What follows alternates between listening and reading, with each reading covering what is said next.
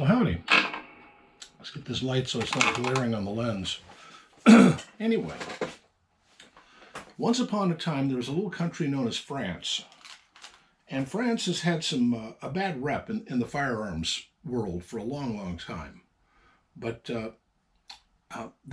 be that as it may, in 1918, November 11th, the ceasefire. Soon after the Treaty of Versailles, Germany is no longer embattled with everybody else, and France is the winner. Well, being the winner means that you can sit on your laurels for decades and not have to worry about things, or so they thought. Well, they were still worried about Germany, so they built this thing called the Maginot Line all along the German border, thinking, well, that'll sure keep them in there and won't bother us anymore. That was not very good thinking. Well, during this period, they decided they would get into designing a new and improved firearm. See, World War I was fought mainly with, let me show you something. Do you see the three rifles up there in the top? The top two are Berthiers, and the bottom one is a carbine built on a Lebel. Those are basically representatives of what they fought World War I with. Not the very best rifles in the world.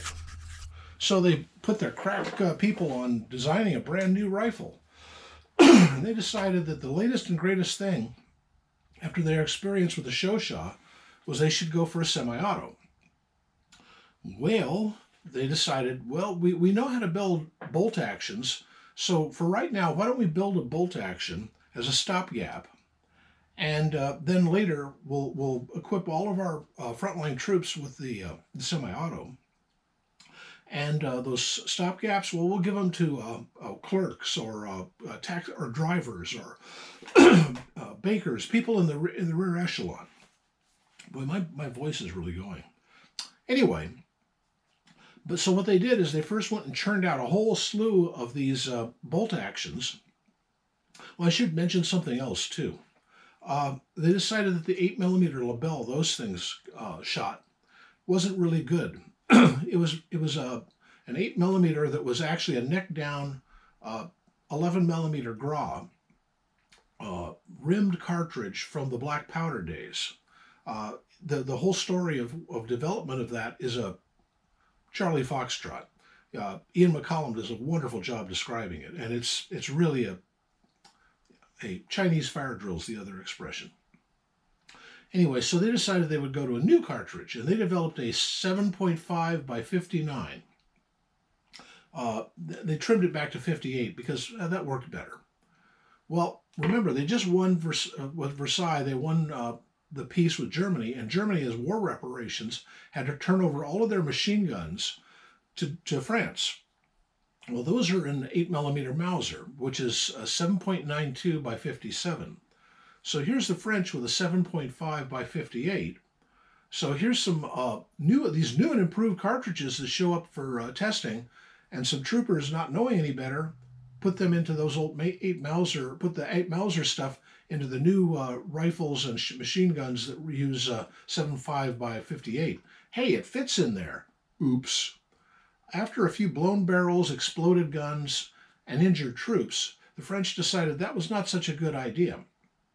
So they trimmed it down to 7.5 by 54. Those will not interchange, and therefore it worked. It's safer.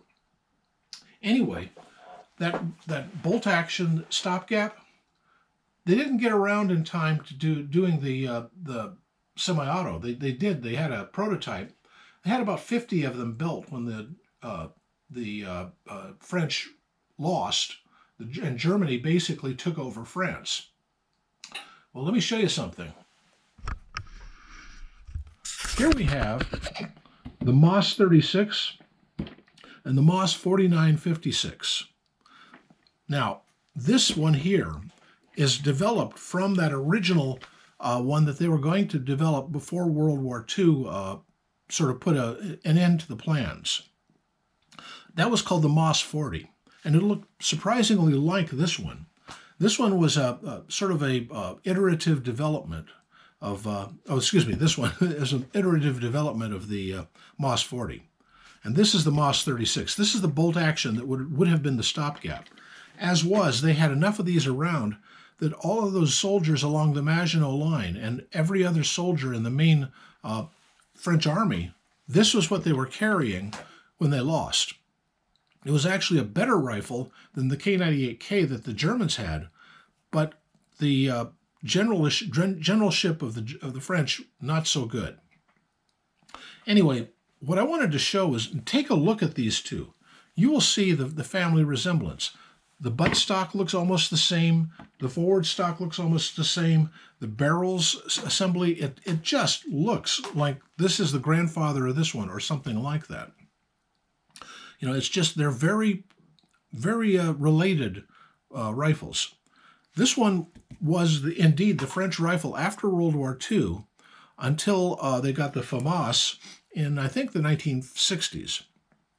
So this thing was in service for quite a long time, or variants of it. They had the MOS 49, they had the 40, the 44, the 49, and then the 4956. This is a 4956.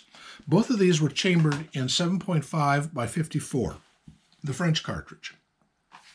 This bolt action is one of the simplest ones ever produced. People think it's ugly. I think it's beautiful because it is so friggin' simple.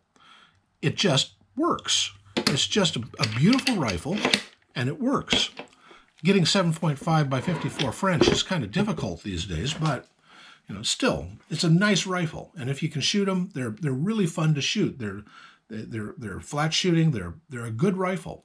I can understand why the French liked them.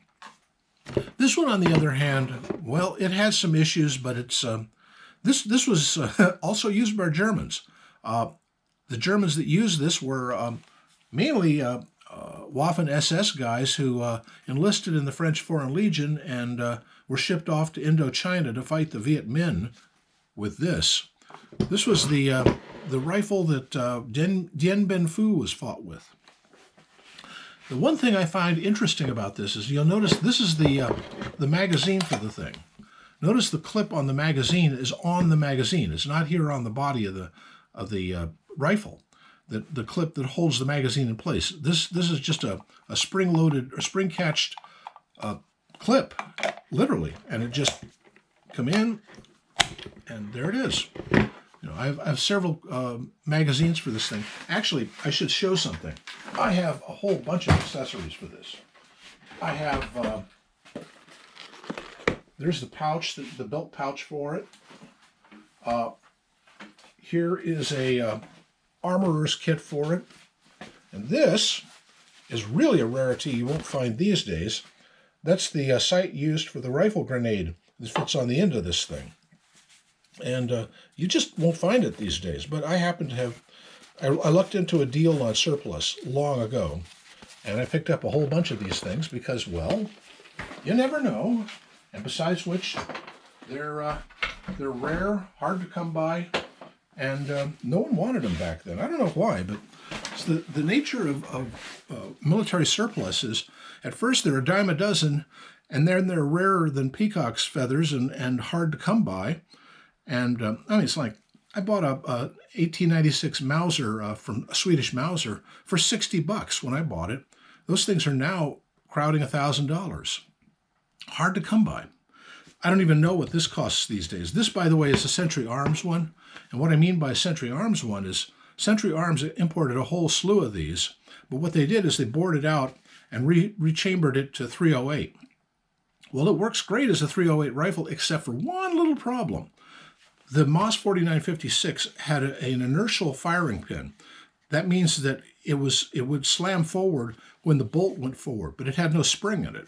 And because of that, it would, if the thing, well, I should say that 7.5 by 54 ammo that this thing originally fired had extremely hard primers on it. That was just the French way of doing things.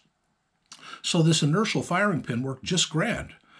Now, on the other hand, with modern commercial ammo, which has a much lighter primer on it, that inertial firing pin will go bam, hit the primer, it'll go off, fall back, or it'll be pushed back by the primer with enough force that when the bolt comes forward again, the firing pin will go forward and slam into the cartridge again.